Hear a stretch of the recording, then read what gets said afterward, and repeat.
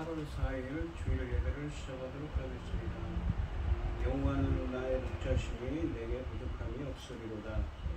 그가 나를 푸른 풀밭에 누이시며 쉬릴 만한 물가로 인도하시는도다. 내 영혼을 소생시키시고 자기 이름을 위하여 의의 길로 인도하시는도다. 내가 사망의 음침한 골짜기로 다닐지라도 해를 두려워하지 않을 것은 주께서 나와 함께 하심이라. 주의 지팡이와 막대기가 나를 안위하시나이다. 주께서 내 원수의 목전에서 내게 상을 차려주시고 기름을 내 머리에 부으셨으니 내 잔이 넘치나이다. 아멘. 저희들을 창세전에 택정하시고 여기까지 인도해 주신 주님 감사드립니다. 오늘 예배 가운데 임재하여 주시고 이 예배가 신령과 진정으로 드려지는 예배가 되게 하여 주시옵소서. 이 모든 말씀 거룩하신 예수님의 이름으로 기도드리옵나이다. 아멘.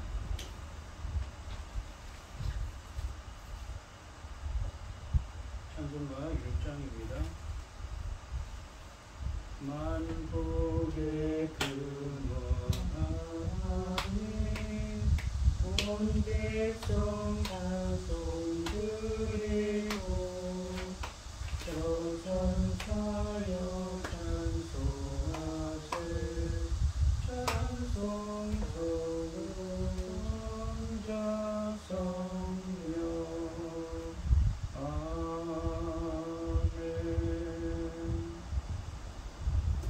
신경하시고 신앙고백하시겠습니다. 전능하사 천지를 만드신 하나님 아버지를 내가 믿사오며 그 외아들 우리 주 예수 그리스도를 믿사오니 이는 성령으로 잉태하사 동정녀 마리아에게 나시고 본디오 빌라도에게 고난을 받으사 십자가에 못 박혀 죽으시고 장사한 지 사흘 만에 죽은 자 가운데서 다시 살아나시며 하늘에 오르사 전능하신 하나님 우편에 앉아 계시다가 저리로서 산자와 죽은 자를 심판하러 오시리라. 성령을 믿사오며 거룩한 공예와 성도가 서로 교통하는 것과 죄를 사하여 주시는 것과 몸이 다시 사는 것과 영원히 사는 것을 믿사옵나이다. 아멘. 교동문 36번입니다. 주여 주는 대대에 위에 거처가 되셨나이다. 하늘이 생기기 전 땅과 세계도 주께서 불편하시기 전 곧 영원부터 영원까지 주는 하나님이십니다. 주께서 사람을 특별로 돌아가게 하시고 말씀하시기를 너희 인생들은 돌아가라 하셨사오니 주의 목전에는 천년이 지나간 그대 같으며 밤의 한순간 같을 것입니다. 주께서 그들을 홍수처럼 쓸어 가시나이다. 그들은 잠깐 자는 것 같으며 아침에 돋는 풀 같으니이다. 푸른 아침에 꽃이 피어 자라다가 저녁에는 시들어 마릅니다. 우리는 주의 노에 소멸되며 주의 인내심에 놀라나이다. 주께서 우리의 죄악을 주의 앞에 놓으시니 우리의 은밀한 죄를 주의 얼굴빛 가운데 두셨사오니 우리의 모든 날이 주의 분노 중에 지나가며 우리의 평생이 순식간에 다하였나이다. 우리의 연수가 70이요 강건하면 80이라도 그 연수의 자랑은 수고와 슬픔뿐이요 신속히 가는 우리가 날아가나이다. 누가 주의 노여움의 능력을 알며 누가 주의 진노의 두려움을 알리까? 우리에게 우리 날 계수함을 가르치사 지혜로운 마음을 얻게 하소서. 아멘.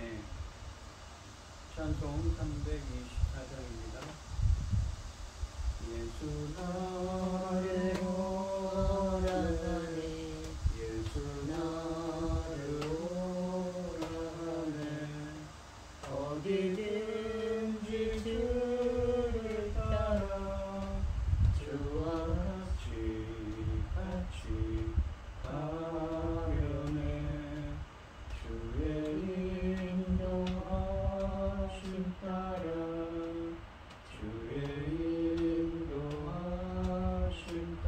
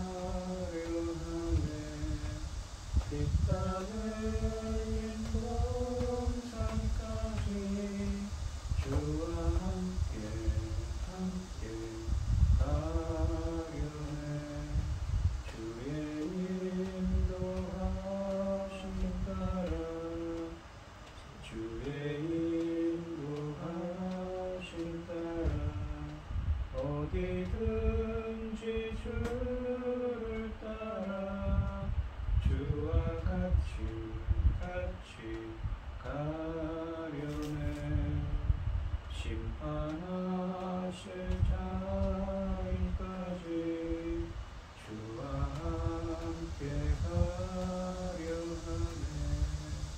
심판하실 자리까지 주와 함께 가려네. 주의 인도하심 따라 주의 인도하심 따라 어디든지 주를 따라 주와 같이 가려네. 주가 크신 은혜 내려 나를 항상 돌보시고 크신 영광 보여주며 나와 함께 가시네. 주의 인도하심 따라 주의 인도하심 따라 어디든지 주를 따라 주와 같이 가려네. 기도하겠습니다. 새 노래로 여호와께 노래하라. 온 땅이여 여호와께 노래할지어다. 여호와께 노래하여 그의 이름을 송축하며 그의 구원을 날마다 선포할지어다. 그의 영광을 백성들 가운데 그의 귀한 행적을 만민 가운데 선포할지어다.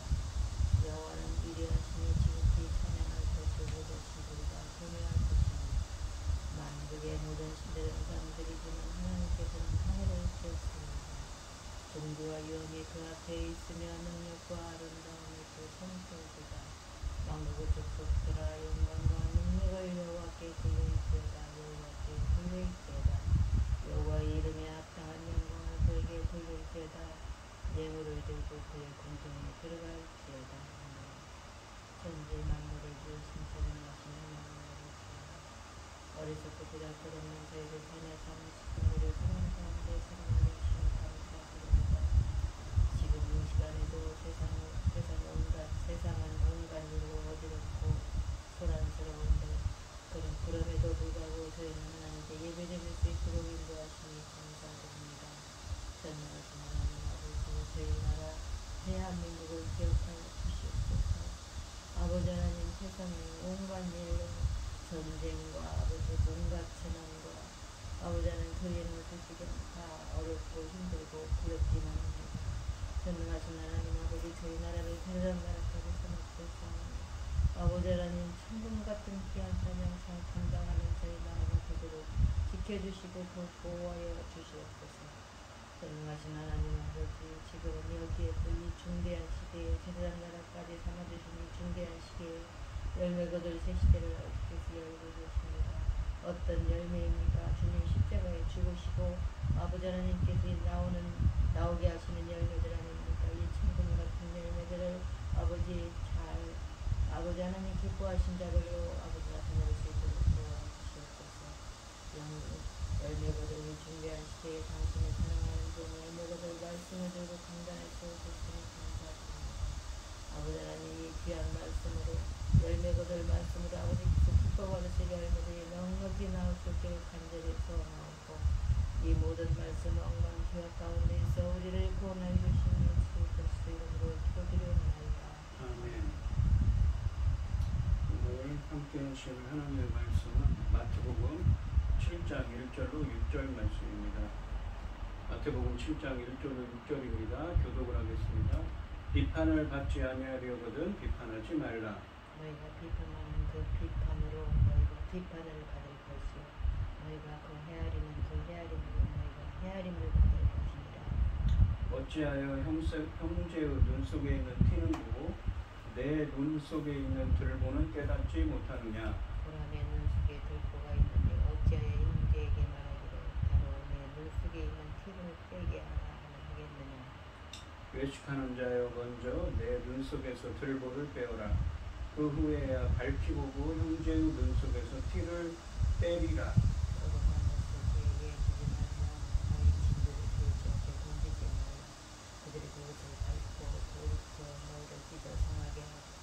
영령하라. 아멘. 찬송 425장입니다. 주님의 뜻을 이루소서. 고요한 중에 기다리니 진흙과 같은 날 빚으사 주님의 영상 만드소서. 주님의 뜻을 이루소서.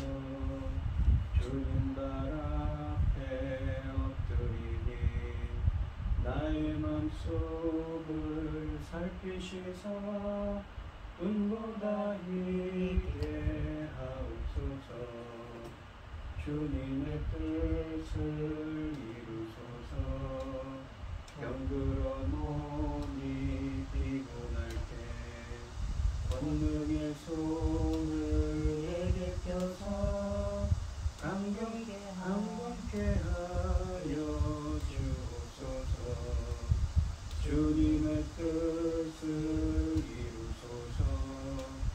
온전히 나를 주장하사 주님과 함께 동행함을 만민이 알게 하옵소서. 아멘. 오늘 함께 하실 하나님의 말씀의 제목은 비판과 분별입니다. 이 마태복음 5장부터 7장까지 말씀은 예수님께서 가버나움 인근의 산 위에서 하신 설교라고 해서 산상수훈 또는 상상설교라고 부르고 있습니다. 산상수훈에서 예수님은 예수님의 제자들이 천국 백성으로서 어떤 삶을 살아야 하는지 또는 어떤 사람이 천국 백성인지 설명하고 계십니다. 오늘 본문에서 예수님은 함부로 남을 비판하거나 정죄하지 말라고 하면서도 잘 분별해야 한다고 또한 말씀하고 계십니다. 1절 말씀을 보시면 비판을 받지 아니하려거든 비판하지 말라라고 하십니다. 여기서 비판하지 말라, 이 하반절에 있는 비판하지 말라라는 명령은 모든 윤리적 판단과 분별적 사용을 일체 금지하는 것으로 오해되어서는 안 됩니다. 6절 말씀에 가시면 누가 개이고 돼지인지 분별하라고 하시고, 또한 마태복음 7장 15절로 20절 말씀에서는 좋은 열매와 나쁜 열매를 분별하라고 하시며, 마태복음 18장 15절로 18절에서는 형제의 죄를 인지하는 것을 전제하기 때문입니다. 문맥상 여기서 금지하는 것은 다른 사람의 작은 실책이라도 발견하면 곧바로 그것을 냉담하게 비판하고 더 나아가서 정죄하는 행동들입니다. 예수님의 제자에게 이러한 행동은 매우 위험한 것입니다. 왜냐하면 그러한 판단은 자신에게 돌아오기 때문이라고 하십니다. 예수님은 이러한 상호적인 원칙을 비판을 받지 아니하려거든 이라는 종속절로 밝히십니다. 여기서 이 비판하다로 번역된 헬라어 크리노라는 이 동사는 선택하다, 심판하다, 또 혹은 비판하다 등의 의미가 있습니다. 그런데 여기서 비판을 받지 아니하려거든 이라고 할 때 쓰여진 동사 크리노는 신적 수동태로 쓰였습니다. 그러니까 문법적으로 보면 신적 수동태가 있습니다. 헬라어 수동태. 신적 수동태라는 것은 하나님에 의해서 그 행위가 되어졌다는 것이죠. 즉 하나님의 심판을 받지 아니하려거든의 의미라는 것입니다. 심판하는 것은 모든 것을 보시고 하시는 하나님이 하실 권한에 속한 것이고 하나님의 역할을 흉내내지 말아야 합니다. 그래서 1절 말씀은 하나님의 심판 또는 비난을 피하려면 타인을 우리도 비난하지 말아야 한다는 의미가 됩니다. 초점은 심판을 받지 않기 위해서는 하나님의 자리에 앉아서 오만하게 심판하지 말라는 것에 있습니다. 사사로이 이웃을 정죄하고 비난하기를 좋아하지 말라는 것입니다. 하나님 나라의 의를 소유한 제자라 할지라도 자신에 대해서는 엄격하고 타인에 대해서는 관용하며 설사 비판할 경우에도 자기의 의를 과시하는 위선적인 비판을 해서는 안 됩니다. 비판에 앞서 관용하고 덕을 세우며 서로에게 도움을 줄 수 있는 권면을 할 수 있어야 합니다. 예수님 당시의 서기관과 바리새인은 이 사람을 예사로이 정죄했습니다. 다른 사람의 잘못에 대해 관대하지 못하고 가혹하게 정죄하고 비난합니다. 정죄는 원권행위이자 하나님의 권리를 침범하는 것입니다. 자신을 재판관으로 내세워 하나님의 역할을 대신하려는 교만한 행동입니다. 인간을 재판하고 정죄할 수 있는 분은 하나님 한 분 외에는 아무도 없습니다. 이 야고보서 4장 12절 말씀해 보시면 입법자와 재판관은 누구입니까? 법이라는 것은 이 토라, 불법을 세운 사람과 재판하시는 분은, 판단하시는 분은 누구입니까? 바로 주님이시죠. 성삼위 하나님이십니다. 오직 한 분이시니 능히 구원하기도 하시며 멸하기도 하시느니라. 너는 누구이기에 이웃을 판단하느냐라고 하십니다. 심판자는 오직 하나님 한 분이십니다. 인간이 인간을 정죄하는 것에는 하나님의 심판이 따릅니다. 남을 판단하는 사람은 무릇 누구든지 네가 핑계치 못할 것은 남을 판단하는 것으로 네가 너를 정죄하느니 판단하는 네가 같은 일을 행함이라라고 로마서 2장 1절에 말씀하셨습니다. 자신이 정죄를 받지 않으려면 남을 정죄하는 일을 하지 말아야 하는 것이죠. 그러면서도 그리스도인은 비판적인 분별력을 또한 가져야 합니다. 비판하지 말라는 것은 남의 인격과 삶을 파괴하는 행동을 하지 말라는 것이지 합리적이고 논리적인 판단을 하지 말라는 것은 아닙니다. 예수님의 제자들은 분별력이 있어야 하고 어떤 판단들은 해야 합니다. 예를 들어 예수님께서는 거짓 선생들을 폭로하라고 이 7장 15절로 23절에서 말씀하시고 돕기 위한 목적으로 다른 사람들을 권면하라고 또한 말씀하십니다. 고린도전서 5장 1절로 5절에서는 우리가 교회의 권징을 시행해야 한다고 또한 가르치고 계십니다. 그리스도를 쫓는 자들은 다른 사람에 비해 비평적이거나 정죄하는 태도를 지녀서는 안 된다는 것입니다. 비판적이고 비평적인 정신은 사랑과는 현저히 다릅니다. 그리스도와 함께하는 신자들의 지위가 특별하기는 해도 재판장이신 하나님의 자리를 취할 수 있는 것은 아닙니다. 그런 태도로 비판하는 사람들은 그와 마찬가지로 하나님께 비판을 받는 자신을 발견하게 될 것입니다. 하나님께서 긍휼히 여기는 자를 긍휼히 여기실 것이며 용서하는 자를 용서하실 것이듯이 정죄하는 자를 정죄하실 것입니다. 따라서 예수님은 자기에 대해서는 지나치게 반대하면서 다른 사람에 대해서는 너무 엄격한 것을 금하시는 것입니다.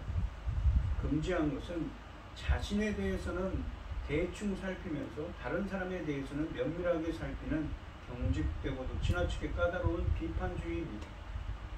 예수님은 분명한 분별과 옳고 도덕적인 판단을 위해 정직한 자기 성찰이 절대적으로 필요하다고 가르치십니다. 대인 관계에 있어서 그리스도인들의 판단은 보복적인 것이 아닌 건설적인 것이 되어야 하는데 이는 예수님의 제자들의 눈에는 눈을 요구하는 것이 아니라 자기 원수를 사랑해야 하기 때문입니다. 2절 말씀해 보시면 너희가 비판하는 그 비판으로 너희가 비판을 받을 것이며 너희가 헤아리는 그 헤아림으로 너희가 헤아림을 받을 것이니라 라고 하십니다. 이 2절 말씀은 1절 말씀처럼 왜 비판하지 않아야 하는지에 대한 이유를 접속사 가르를 맨 앞에 사용해서 설명하시는데 한글 성경에는 빠져 있습니다. 그러니까 2절 말씀은 이렇게 번역해야 맞죠. 왜냐하면 왜 함부로 1절 말씀에서 너희들이 비판받지 않으려고는 비판하지 말라고 했는데 왜 함부로 비판하지 말아야 되냐면 왜냐하면 너희가 비판하는 비판에 따라 너희가 비판을 받을 것이며 너희가 헤아리는 기준에 따라 헤아림에 따라서 이 헤아림을 받을 것이기 때문이다 라는 의미입니다. 먼저 상반절에 보시면 너희가 비판하는 그 비판으로 너희는 비판을 받을 것이다 라고 하십니다. 남을 판단하기 좋아하는 너희, 곧 제자가 기억해야 할 중요한 사실은 자신이 비판하는 그 비판 그대로 자신도 비판을 받게 된다는 것입니다. 자신이 다른 이들에게 적용한 판단 기준이 자신에게는 면제되리라는 기대는 착각일 뿐입니다. 사회는 그러한 예외를 허용하지 않습니다. 하물며 예수님의 제자 공동체 안에서 그러한 이중잣대는 더욱 허용될 수 없습니다. 그러한 이중잣대는 공동체의 관계들을 깨트리는 해악이기 때문입니다. 그런데 여기서 비판을 받을 것이요 라고 되어 있는 이 동사 크리조는 역시 1절 말씀처럼 신적 수동태입니다. 똑같은 단어가 수동태로 쓰여진 것이지요. 즉 하나님의 최종적인 심판을 지칭하는 것입니다. 그렇다면 남을 판단하기 좋아하는 제자의 진짜 문제는 그가 마지막 심판 때 하나님께 그 어떤 자비도 기대할 수 없는 엄중한 판결을 받게 된다는 데 있습니다. 그렇다면 남을 향한 제자의 판단은 마지막 심판 때 자기 자신에게 적용되어도 무방할 정도로 충분히 자비로운 것이야 한다는 것입니다. 자비로워야 합니다. 이 하반절에 보시면 너희가 헤아리는 그 헤아림으로 너희도 헤아림을 받을 것이기 때문이다 라고 하십니다. 이 교훈은 하나님의 심판의 공정성을 부각시키고 있습니다. 여기서 헤아림이라고 번역된 이 메트로라는 이 헬라어는 우리가 시장에 가시면 곡물의 부피와 길이를 측정하는 이 평가의 단위를 의미합니다. 그러니까 메트론 그러니까 헤아림이라는 단어는 원래 곡물의 부피와 길이를 측정하는 도구라고 합니다. 그러니까 평가의 측정의 기준이라는 것이죠. 본문에서는 기준을 의미합니다. 우리가 남에게 들이대는 기준에 따라 우리도 판단을 받을 것이라는 의미입니다. 자신의 단점을 보지 못하고 자신의 허물에 관대한 사람은 타인에 대해서는 높은 기준으로 평가하기 쉽습니다. 이것은 이중잣대를 들이대는 것이죠. 또한 상반절에 심판을 받는 것뿐만 아니라 하반절에서 헤아림을 받는다는 평가도, 이 동사도 수동태입니다. 그러니까 헤아리는 분이 누구입니까? 하나님이신 것이죠. 우리가 들이대는 기준이 그날에는 하나님이 우리를 심판하실 때 사용될 것으로 이해할 수가 있습니다. 하나님은 비판하는 사람들을 그들이 남을 비판하며 사용한 기준에 따라 그 기준에 따라서 심판하실 것이라는 말씀입니다. 마치 마태복음 6장 14절로 15절 말씀처럼 그분이 용서하는 자들을 용서해 주시는 것처럼 그분이 또한 정죄하는 자들을 정죄하실 것입니다. 마태복음 18장 23절로 35절 말씀에 빚을 탕감해 주지 않는 자의 비유는 이러한 요점을 분명하게 보여주고 있습니다. 그러므로 우리는 이웃에게 더욱더 자비로워야 합니다. 우리가 이웃을 자비롭고 사랑으로 대할수록 하나님도 우리를 그렇게 대하실 것이기 때문입니다. 그러나 냉혹하게 평가하는 기준으로 긍휼과 사랑 없이 타인을 비난하는 사람은 하나님의 긍휼과 사랑 없는 비난을 받게 됩니다. 이 시편 109편 17절로 18절 말씀을 보시면 그가 저주하기를 좋아하더니 그것이 자기에게 임하고 축복하기를 기뻐하지 아니하더니 복이 그를 멀리 떠났으며 또 저주하기를 옷 입듯 하더니 저주가 물같이 그의 몸속으로 들어가며 기름같이 그의 뼛속으로 들어갔나이다 라고 합니다. 그러니까 네가 행하는 비난하는 그 비난이 너에게 돌아간다는 말씀이죠. 1절 말씀에서 예수님의 제자는 사람을 비판하고 비난하지 말아야 하며 그 대신 옳고 그름을 옳은 사람과 그릇된 사람을 분별할 수 있어야 한다고 했습니다. 이 말씀이 이 일체의 판단을 금한다기보다는 그 부당하거나 잔혹한 비판을 해서는 안 된다는 가르침으로 이해되어야 합니다. 바로 다음에 이어지는 말씀인 3절부터 5절까지 말씀에서 겸손한 자세가 강조된 까닭도 바로 이와 같은 맥락에서 이해될 수 있습니다. 결국 우리는 자기 자신을 판단할 때와는 다른 기준에 입각하여 또는 훨씬 더 가혹하게 남을 비판해서는 안 된다는 것입니다. 예수님께서는 우리에게 남을 판단하기보다는 먼저 우리 자신의 동기와 행동을 점검하라고 말씀하시고 계십니다. 우리를 짜증나게 하는 다른 사람의 특성들은 흔히 우리가 싫어하는 우리 자신의 습관들입니다. 길들이지 않은 우리의 나쁜 습관과 행동들은 바로 우리가 남에게서 바꾸기를 가장 원하는 것들입니다. 만일 누군가를 비판하려고 한다면 우리가 동일한 비판을 받을 만하지 않는지 우리는 스스로를 점검해야 합니다. 먼저 자신을 판단하고 당신의 이웃을 이 사랑으로 용서하고 도와주어야 합니다. 비판하지 말라고 하십니다. 비판과 정죄를 무조건 금하시는 것은 아닙니다. 타인의 잘못에 예민하고 나의 허물에는 관대한 태도를 지적하시는 것입니다. 남의 실수를 손가락질하여 내 약점은 들키지 않았다는 안도감을 확인하려는 못된 습성을 버리라고 하시는 것입니다. 나만의 선입견과 제한된 지식으로 누군가를 정죄할 때 나도 누군가에게 결국 하나님께 판단받고 있음을 우리는 기억해야 합니다. 남을 비판하는 사람을 자신에게 사용하는 관대한 기준이 아니라 다른 사람에게 들이대는 엄격한 기준으로 판단하십니다. 제자들은 옳고 그름을 지혜롭게 판단하고 행해야 하지만 사람을 정죄하는 데까지 가서는 안 됩니다. 정죄하는 일은 하나님께 속해 있고 하나님 나라의 제자들은 모두 용서받은 형제들이기 때문입니다. 내 비판의 말 속에 내 의를 드러내려는 욕망이 없는지 살펴보아야 하겠습니다. 3절 말씀해 보시면 어찌하여 형제의 눈 속에 있는 티는 보고 내 눈 속에 있는 들보는 깨닫지 못하는가. 이 3절부터 5절까지 말씀에서 예수님은 우리가 비판하는 것 대신 무엇을 해야 하는지 가르치고 계십니다. 그러니까 1절부터 2절에서는 그랬죠. 비판하지 말라고. 네가 비판받지 않으려거든 비판하지 말라. 네가 비판하는 그 비판대로 너를 비판할 거라고 하시죠. 네가 헤아리는 그 기준대로 너를 헤아릴 것이다. 하나님이 헤아림을 받을 거라고 했습니다. 그런데 여기서는 또 이 비판하는 것 대신에 3절부터 5절까지는 무엇을 해야 하는지 하지 말라고 했는데 무엇을 해야 하는지 그렇다면 우리가 무엇을 해야 되는지 가르치고 계십니다. 3절 말씀해 보시면 여기서 눈은 헬라어 사전에 보시면 우리가 육체적인 눈도 있지만 상징적으로는 마음의 눈을 의미한다고 합니다. 또한 카르포스라고 이 헬라어를 번역한 티라고 되어 있는 티라는 말은 아주 작은 가지 같은 것입니다. 또는 우리가 목공소에 가면 이 톱질을 할 때 나무를 자를 때 나오는 톱밥 같은 아주 그 미세한 가루입니다. 나무의 그 가루, 톱밥이라고 하죠.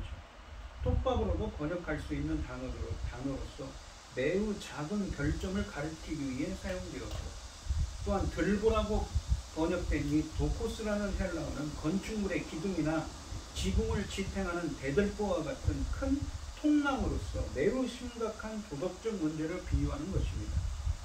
예수님은 목수의 아들이셨습니다. 그래서 이와 같이 티와 들보의 은유를 사용하신 것 같습니다.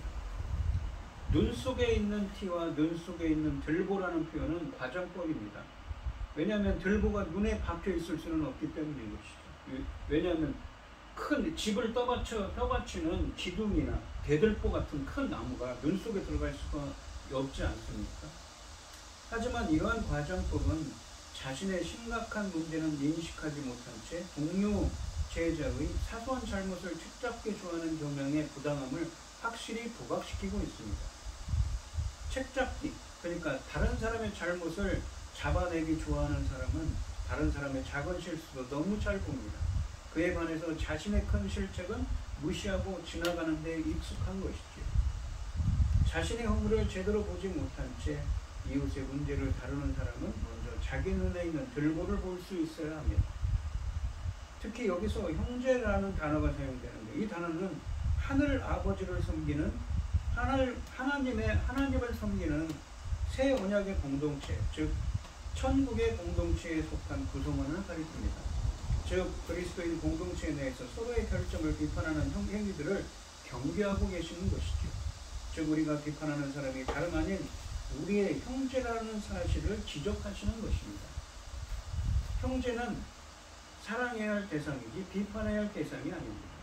이중잣대로 형제와 자매를 비난하고 재판해버리는 행위는 공동체에 엄청난 충격을 가할 수 있으며 이런 태도를 취하는 사람은 1절과 2절 말씀과 연결해보면 그 형제와 자매의 아버지가 되시는 하나님의 심판 대상이 될 것입니다. 자신에게는 관대하면서 타인에게는 냉혹한 마음을 금하시고자 하신 것으로서 자신도 실수가 많으니 타인의 조그마한 실수를 끄집어내 그를 정죄하고 비판하지 말라는 의미로 우리는 보아야 합니다. 4절 말씀을 보시면 보라 내 눈 속에 들보가 있는데 어찌하여 형제에게 말하기를 나로 내 눈 속에 있는 너의 눈 속에 있는 티를 빼게 하라 하겠느냐라고 하십니다. 4절 말씀은 이런 말씀입니다. 또한 너의 눈 속에 들보가 있는데도 너는 어떻게 너의 형제에게 뭐라고 말하냐면 내 눈 속에서 티를 빼자라고 말할 수 있느냐라는 것입니다. 그러니까 네가 네 눈 속에 들보가 있는데 왜 너의 형제에게 네 눈 속에 있는 티를 빼라고 말할 수 있느냐는 의미입니다. 자신의 얼굴이 들보처럼 큰 것도 깨닫지 못하는 사람이 형제의 행위를 평가하는 것은 어불성설이라는 것입니다. 평가 자체가 불가능합니다. 본문은 진실하지 못한 비판자의 모순을 지적하는 비유이므로 형제의 잘못에 관심을 두지 말라는 뜻은 당연히 아닙니다. 자신의 더 큰 문제를 인식하지 못하고 이웃의 작은 문제에 집착하는 것은 위선인 것이지요. 위선의 모습 중 하나는 자신의 모습을 제대로 보지 못하는 자기 기만입니다. 자기 기만으로 나타나는 위선은 예수님께서 가장 심각하게 다루는 죄라고 할 수 있으며 이런 이유 때문에 예수님은 5절에서 외식하는 자라고 꾸짖고 계십니다. 5절 말씀해 보시면 외식하는 자예요. 외식한다는 것은 히포크리테스라는 헬라어를 사용했습니다. 우리가 마태복음 5장에서 쓰였죠. 이 말은 극장의 배우입니다. 극장의 배우인 것처럼 연기를 한다는 것이죠. 자신은 눈 속에 들보가 있는 것처럼 큰 허물이 있는데도 아닌 것처럼 행동하는 겁니다. 외식하는 자여 먼저 내 눈 속에서 들보를 빼어라. 그 후에야 밝히 보고 형제의 눈 속에서 티를 빼리라 라고 하십니다. 예수님은 자기 자신의 큰 과오는 깨닫지 못하고 남의 작은 잘못을 비난하는 사람을 외식하는 자라고 하십니다. 외식 또는 위선을 의미하는 헬라어 히포크리테스는 극장의 배우를 의미합니다. 그러므로 외식, 위선은 자신이 큰 문제를 안고 있으면서도 마치 배우처럼 아무런 문제가 없는 것처럼 연기하는 것입니다. 외식하는 자는 이웃들의 잘 보이지도 않는 아주 작은 과오를 비난하기 전에 매우 크고 심각한 자신의 잘못과 죄를 먼저 제거해야 합니다. 그렇다면 그리스도인들은 절대 남을 비판하면 안 되는가?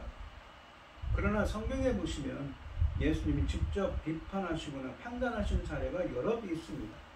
마태복음 21장 12절로 13절에서 예수님은 성전에서 장사하는 사람들을 쫓아내시며 그들의 상을 엎으셨고 누가복음 13장 31절에서는 헤롯이 죽이려고 한다는 소식을 듣고는 그를 여우라고 부르셨습니다.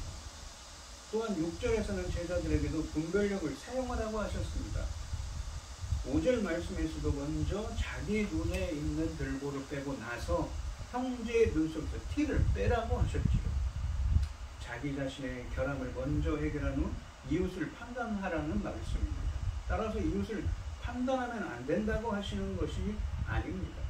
이 말씀은 남을 비판하기 전에 먼저 너 자기 자신을 돌아보라고 하시는 것입니다.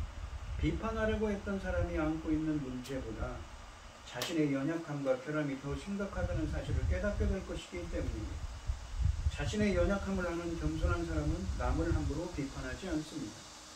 예수님은 5절 하반절에서 형제의 눈 속에 티를 빼는 행위 자체를 부정하지는 않습니다. 문제는 내 관점이 과연 옳은가 하는 점입니다. 먼저 나의 눈을 깨끗하게 만들고 나서 형제의 눈을 보았는데 티가 있다면 티를 제거해 주어야 합니다. 그 형제 역시 티가 들어간 눈으로 다른 사람을 오해할 수 있기 때문인 것이죠. 천국의 공동체에 속한 자들은, 천국 백성들의 공동체에 속한 자들은 하나님을 하늘 아버지로 모신 형제들과 자매들이기 때문이므로 자신을 먼저 점검하고 그 다음 긍휼의 마음으로 교정을 시도해야 합니다. 따라서 모두 한 가족으로서 하느님 나라의 완성을 향해 순례의 길을 걸어가므로 그것도 험한 길을 가게 되므로 서로에 대해 긍휼의 마음을 가져야 하는 것이죠.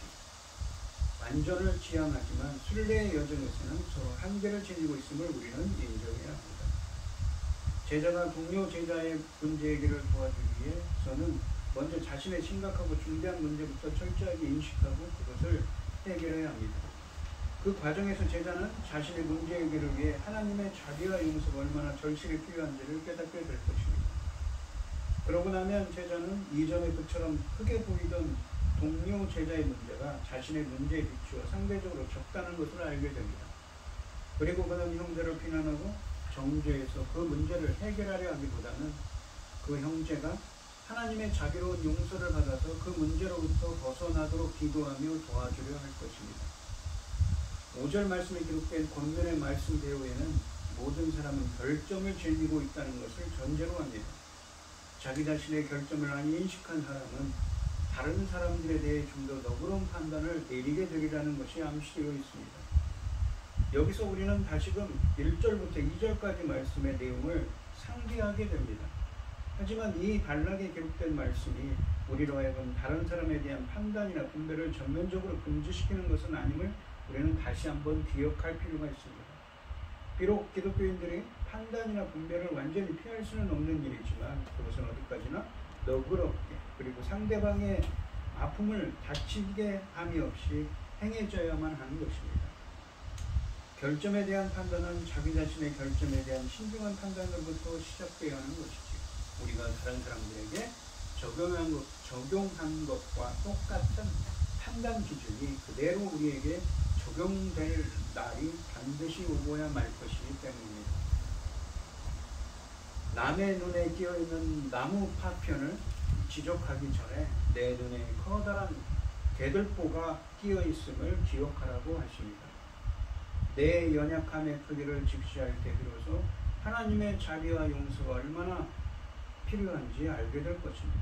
그런 가난한 마음으로 공동체의 지체를 대한다면 그들의 연약함은 비판의 대상이 아니라 기도의 대상이 될 것입니다. 눈에 들보를 넣은 채로 다른 사람을 볼 때 그 사람이 온전히 보일 리가 없습니다.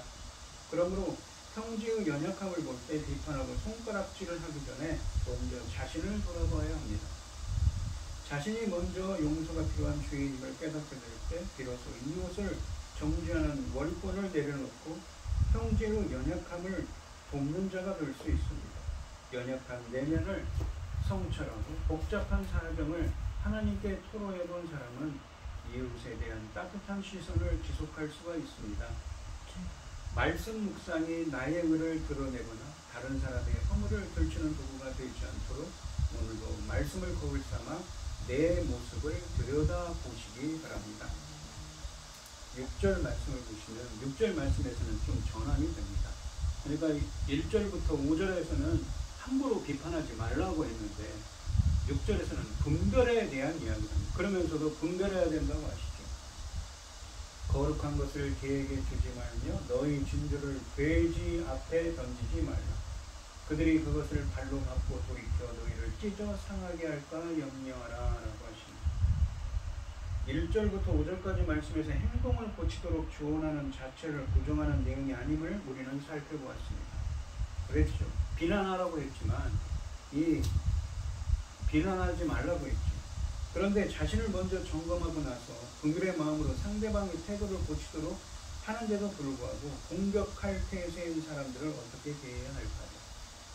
상반절에 보시면 가난한 거룩한 것을 개에게 주지 말며 너희 진주를 돼지 앞에 던지지 말라라고 하십니다. 제자들이 남을 비판하지는 말아야 하지만 예수님께서는 복음에 대한 사람들의 태도에 대해 전혀 분별하지 못하는 것에 대해서도 경계하셨습니다. 예수님의 제자가 거룩한 것을 개들에게 주지 않고 진주를 돼지들 앞에 던지지 않기 위해서는 누가 개이고 돼지인지를 판단해야 합니다. 이것은 1절부터 4절까지 말씀의 명령이 건전한 가치 판단까지도 금지한 것이 아님을 잘 보여주고 있습니다. 예수님께서 언급하고 계신 당시 고대 근동지방의 개는 오늘날 우리가 생각하는 가정에서 키우는 애완견이 아닙니다. 이 당시 개들은 썩은 고기를 먹는 들개들입니다. 성경에서 개는 이방인을 가리킬 때 흔히 사용되지만 마태복음 28장 말씀이 이방인들을, 마태복음 28장 18절로 20절 말씀이 이방인들을 포함한 모든 민족에게 복음을 전하라는 명령으로 끝나는 것으로 볼 때 이방인들에게 거룩한 것을 주지 말라는 논리는 성립되기 어렵습니다. 구약에서 개는 모욕적인 표현으로 유대인들에게 사용하기도 했습니다. 또한 신약 성경에서 개는 유다주의자들, 시온주의자들, 당시에 있었던, 또한 악한 자들, 배교자들, 그러니까 예수님을 믿다가 무엇입니까? 예수님을 배신한 자들, 그 믿음에서 떠난 자들이지, 배교자들에게 사용된 단어입니다. 부정적인 의미에서 개는 유대인들과 이방인들 모두에 사용됐으므로 예수님께서 6절에서 사용하신 개라는 말은 특정 인종에 대한 이미지가 아닙니다. 주님은 빌립보서 3장 2절에서 그리스도인들을 유대교로 현혹하는 자들을 개라고 불렀습니다. 개는 제자들이 변화시키고 개혁시키기 위해 전하고 가르치는 복음을 거부하는 자들을 묘사하는 표현입니다. 또한 돼지 역시 개와 마찬가지로 부정적인 의미로 사용되며 구약성경에서는 대표적인 부정한 동물이었습니다. 유대인들은 돼지를 먹거나 심지어 만지지도 말아야 했습니다. 부정한 짐승을 만진 사람은 누구나 의식적으로 불결해지며 그 불결함이 제거되기 전에는 예배하러 성전에도 들어가지 못했습니다. 또한 잠언 11장 22절에는 부도덕한 여인을 돼지에 비유합니다. 아름다운 여인이 3가지 아니하는 것은 마치 돼지 코에 금고리 같으니라 라고 하십니다. 또한 구약성경에서 거룩한 것은 제사에 바쳐진 음식을 지칭했습니다. 이처럼 거룩한 음식을 부정한 동물인 개에게 던져준다는 것은 상상할 수도 없는 것이지. 또한 한편 진주는 엄청난 가치를 지닌 보물입니다. 보석이지. 이처럼 귀한 보물을 또 다른 부정한 동물인 돼지에게 던져준다는 것 역시 상상할 수 없는 일이기는 마찬가지입니다. 예수님은 이처럼 거룩하고 값진 것은 그 진가를 알아보는 대상들에게만 주어져야 한다고 명령하고 계십니다. 마태복음 13장 45절로 47절 말씀에서 천국의 가치를 진주에 빗대어 표현한 것처럼 6절 말씀에서 거룩한 것과 진주들은 예수님이 선포하시는 하나님 나라의 복음을 의미하는 것이죠. 즉 6절 말씀은 전도와 선교를 할 때 대상을 분별하라는 권면입니다. 또한 개와 돼지를 단순히 불신자들이라고 보면 안 됩니다. 그렇게 보면 불신자에게 전도하는 것 자체를 금하는 말씀이 되기 때문이지. 오히려 개와 돼지가 가리키는 자들은 믿다가 믿음에서 떠난 배교한 자들이거나 또 아니면 노골적이고 적극적으로 복음을 대적하는 사람들입니다. 하나님 나라의 복음은 누구에게나 선포되어야 합니다. 하지만 그 선포된 복음을 배척하는 굳은 마음을 소유한 사람들이 있다면 그들을 떠날 때 제자는 자기 발에 붙은 먼지마저도 떨어버려야 한다고 예수님은 말씀하셨습니다. 이처럼 제자는 하나님 나라의 복음을 전하고 가르치는 데 있어서 분별력을 갖춰야 한다고 말씀하십니다. 이 6절 하반절에 보시면 그들이 그것을 발로 밟고 돌이켜 너희를 찢어 상하게 할까 염려하라고 하십니다. 그것을 발로 밟고는 돼지의 반응이고 돌이켜, 그러니까 돌아서서 너희를 찢어, 너희를 뜯어 상하게 하는 것은 개의 반응으로 볼 수가 있습니다. 개와 돼지의 반응은 단지 고귀한 것을 잘못 사용하는 문제뿐만 아니라 제자들의 안전을 위협하는 요소도 포함하고 있습니다. 제자가 하나님 나라의 복음을 선포하는데, 그러니까 거룩한 것, 진주와 같이 귀한 것을 선포할 때 분별력이 필요한 이유는 복음이 모독을 당하지 않게 할 뿐만 아니라 제자 자신의 안전을 위해서이기도 하다는 것입니다. 그러므로 이 말씀은 전도하고 선교할 때 과한 열정으로 아무에게나 하지 말고 분별해서 피할 사람은 피하라는 것이지. 하나님과 교회의 적대적인 사람은 어느 정도 마음이 유해질 때까지 기다리는 것이 좋습니다. 전도와 선교도 지혜와 통찰력을 가져야 하는 것입니다. 상대방의 마음을 다치게 하거나 적개심만 불러일으킨다면 하지 않은 마음 못하는 것입니다. 즉 6절 말씀은 분별력에 대한 말씀입니다. 제자들은 하나님 나라의 가르침을 목숨을 다해서 전해야 하지만 뱀처럼 지혜롭게 어떤 사람들을 조심할 필요가 있으며 핍박을 가하면 다른 동네로 피하기도 해야 합니다. 이런 점에서 6절은 하나님 나라의 제자들이 가져야 할 영적 분별력에 대한 교훈이라는 견해가 적절한 것입니다. 거룩하고 가치 있는 것들은 그것의 가치를 인정할 수 있는 사람들에게만 주어져야 하는 것입니다.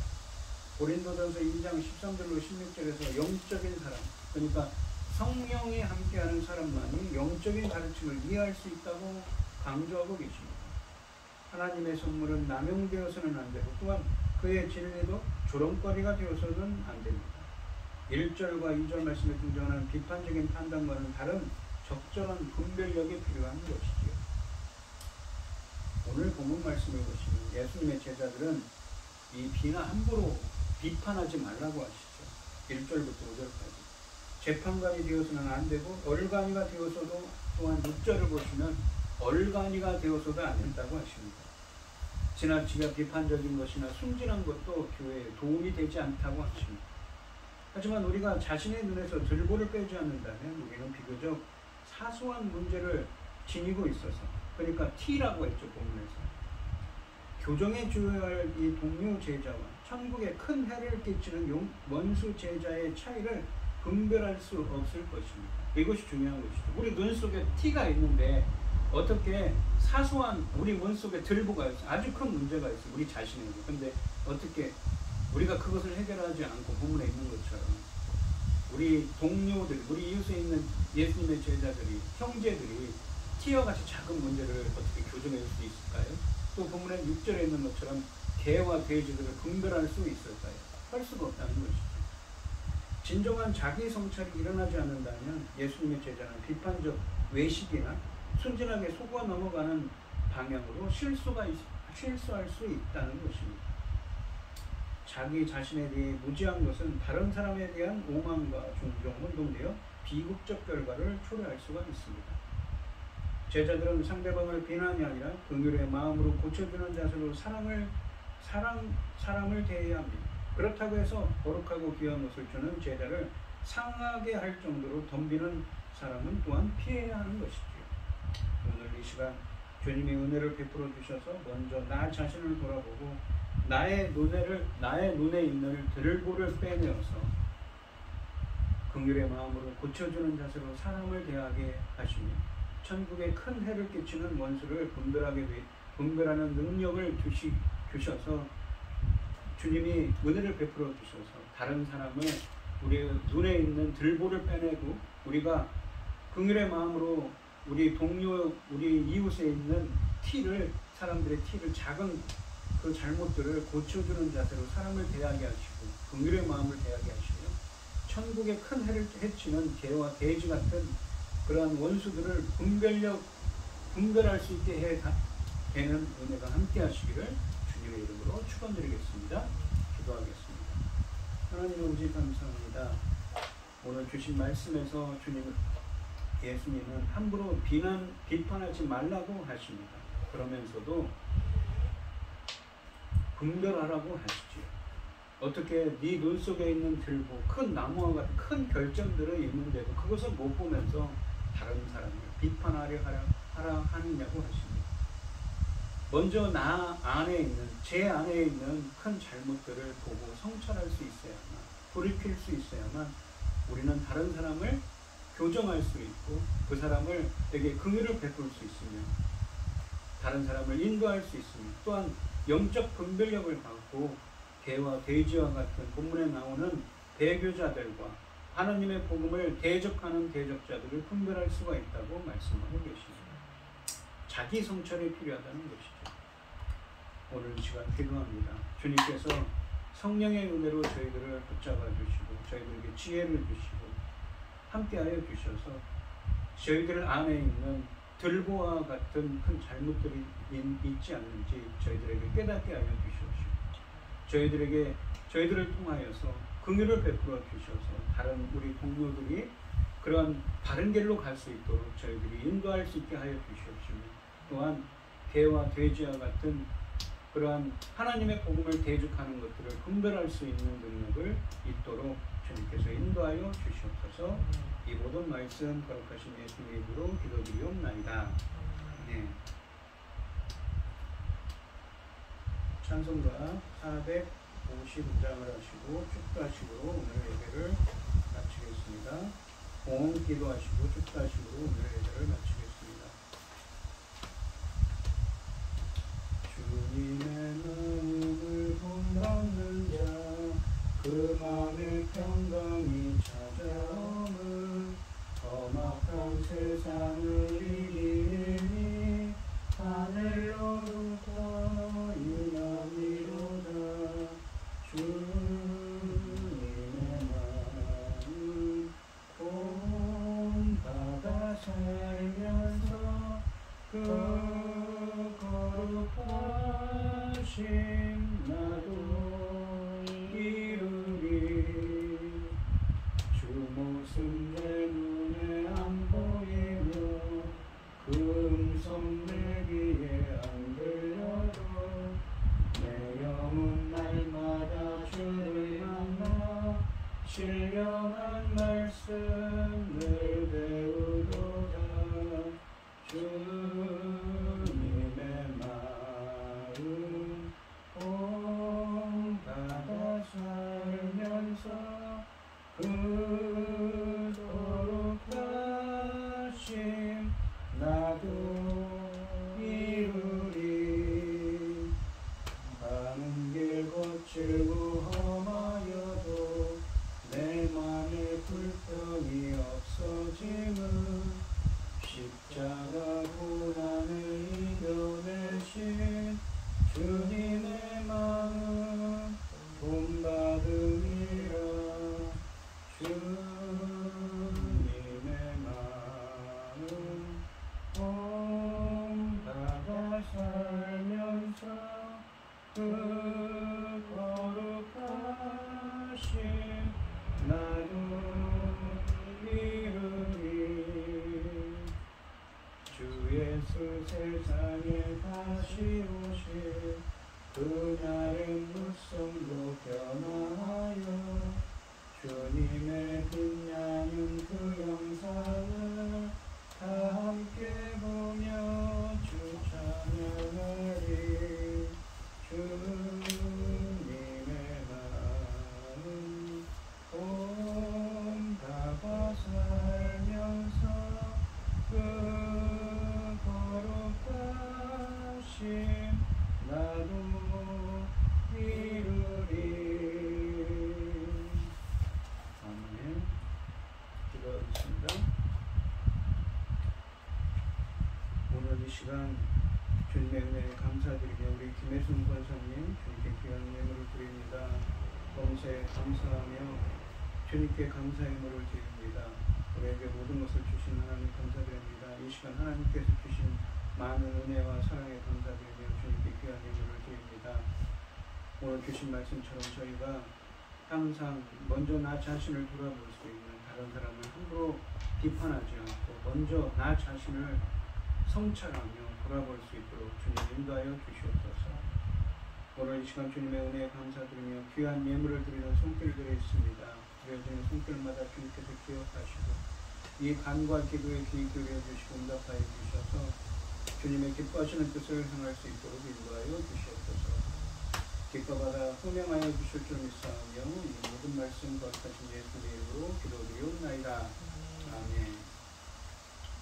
이제는 주 예수 그리스도의 은혜와 아버지 하나님의 극진하신 사랑과 성령의 교통하심이 성도들 머리머리 위에 이제로부터 영원히 함께 있을지어다.